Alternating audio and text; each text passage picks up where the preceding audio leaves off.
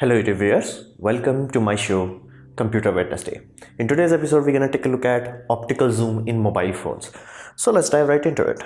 Now first thing you have to understand, same way we need folding phones because of our market stagnation, same goes here because camera technology is suffering from what we call SCurve. So many of you are old enough, must remember phones used to come in VGA resolution, 1 megapixel, 2 megapixel. So in those sort of days our camera quality was here.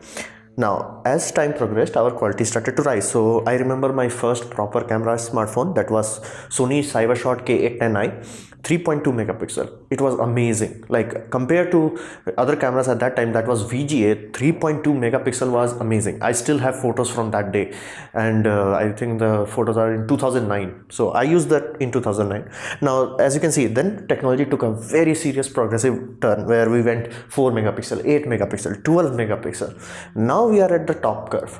Basically, the difference from 3.2 megapixel to 24 megapixel is night and day. However, the distance from basically 24 megapixel to 48 megapixel is very little.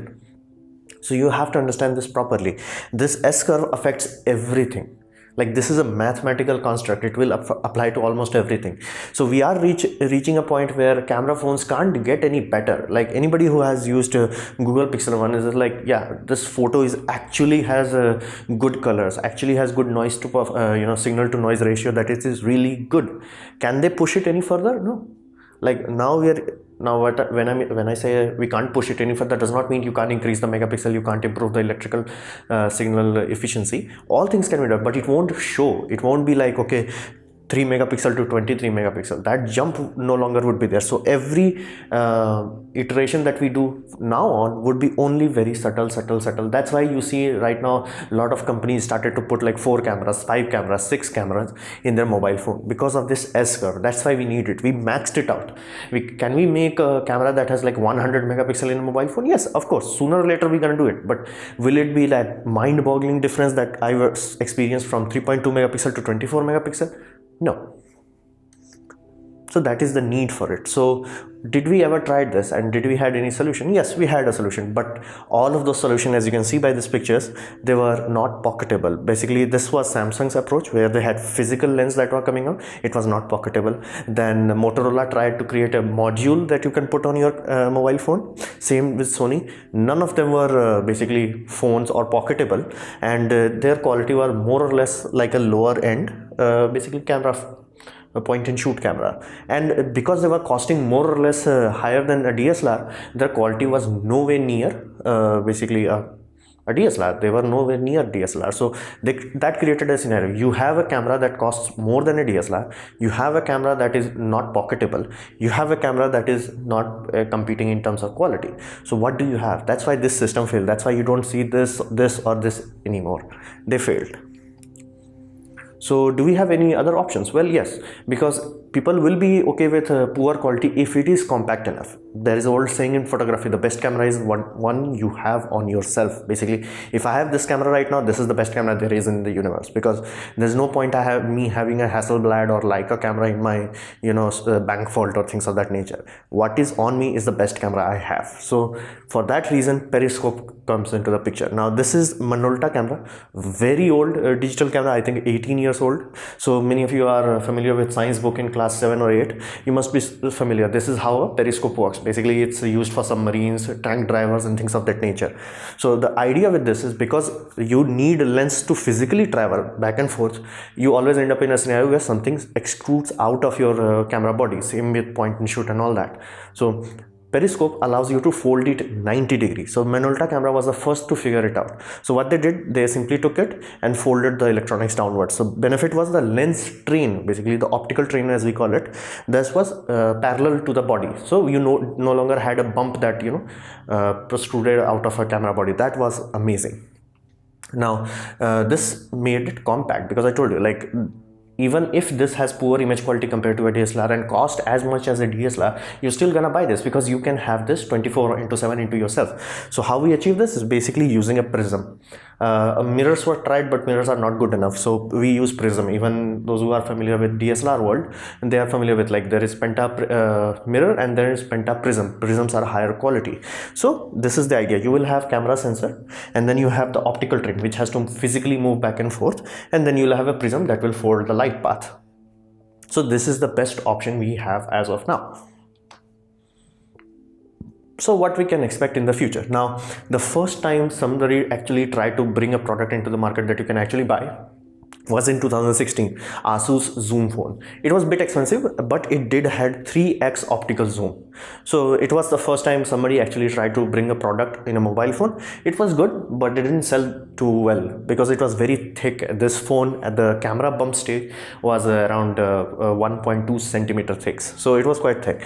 Then Oppo jumped into the fray, and in 2017 in Mobile World Congress, they come up with the idea that I have 5x optical zoom. Here's the deal. This is perfectly same. Basically, the camera module and the optical train is flat with the camera's basically mobile body, and you do not have a camera bump. This was the biggest hurdle with this. That's like you knew you had this in your pocket. With Oppo system, and the camera is like flush with the body, so now you have a completely true perfect camera where it is actually pocketable. So Oppo put a lot of effort into this, and in 2019, basically this year, Oppo introduced a camera which is like 10x optical zoom. However, a word of caution with all of you, like, it is not 10x. 10x is physically impossible. Like, they have to have the optical train from here to here.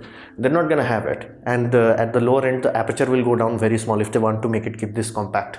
The reason for that's why I'm saying that is their old system, they said it was 5x, but it was more or less 3 to 4x, because that's why they had a second camera. This system would not need 3 camera setup for having a 10x. What they have is one ultra wide, one medium range, and then from that medium to tele. So basically, if I have to divide in millimeter range, they are saying the maximum zoom is 160 millimeter, which is quite zoom. For your human perspective, our eyes are classified as like 35 to 50 millimeter. So our field of view is 35 millimeter to 50 millimeter. Now, when you have 100 millimeter ahead, now we call it telephoto range. So they go to 160. So I think they start somewhere at 90. So this is not a full like 10x optical zoom. This is like one image sensor that is ultra wide, another image sensor that is wide range, and then the whole optical train does the telephoto end. So it is kind of misleading to say 10x pure optical zoom, because if you are stuck between these two, the software is doing the conversion. So that's kind of misleading, because I could not find the true data on this thing, because these people were very clear, like, this is just a 3x, do not overthink it. When Oppo is saying like flat out, they wouldn't need these two other cameras. And as I already told you about the what we call SCurve, you can also see that SCurve side effect in this Oppo body itself, because they said now they have a 48 megapixel camera and an ultra wide camera. That begs the question, why don't you have every sensor as 48 megapixel? Because of the optics. When you were the presentation shown with this mobile phone, they said they had to spend a lot of money to make this glass elements very, very pure. If you don't have that, like that's why camera lens are so expensive. The glass quality needed for them is very expensive. So, and if you have 48 megapixel, you're gonna see the damage in the glass itself. What I mean by damage, no glass is 100% transparent. Now, if you have glass that has minute chromatic aberration, you're not gonna see that in 24 megapixel, but you're gonna see that in 48 megapixel. That is why nobody just wants to put a 100 megapixel phone sensor. So I'm pretty sure when they say ultra wide lens rather than telling you the megapixel, that simply means that their ultra wide lens is not clear enough for 48 megapixel sensor. So they're like, okay, so this medium one, we can actually make a good quality optics. So they're like, we're gonna put 48 megapixel. Then they're like, ultra wide, yeah, if we put 48 megapixel sensor there, it's gonna like, look actually worse. So they're like, okay, let's calm down on the electronics on there, let's put a 24 megapixel. Then the third one will be the final one. So in future, we can easily see somebody who's actually figures it out, makes from wide angle to at least, let's say wide angle, I'm talking 18 to 20 millimeters to 150 millimeter in one optical train. Then the second camera would be a black and white BSI 2 megapixel sensor, which only will be there as a night vision. Now, why do you need that? 2 megapixel camera will have undeniably better dynamic range, and that will be allowed, that will be black and white, so it will have higher signal to noise ratio. And then all you will do is take that data, basically black and white color data, black and white luminance data, and you're gonna merge it with the whatever you have, 48 megapixel, 24 megapixel, whatever you have. You're gonna merge it with that too using artificial intelligence. That way you'll get best best of both worlds. That will be the true future, when we'll have actual camera photos coming from our camera phone that will actually compete, if not flat out beat DSLRs, cheap DSLRs, not expensive DSLRs, cheap DSLRs. So our future is kind of bright in our mobile world. So I hope you like this presentation, and if you did so, please click like button and click the ad shown in this video. That will directly help me. And if you didn't like it, don't worry about it. You can dislike it, press it twice to show your extra disappointment, and please leave a comment because I reply to all of them. And subscribe, press the bell icon if you're free, and as always, thanks for watching.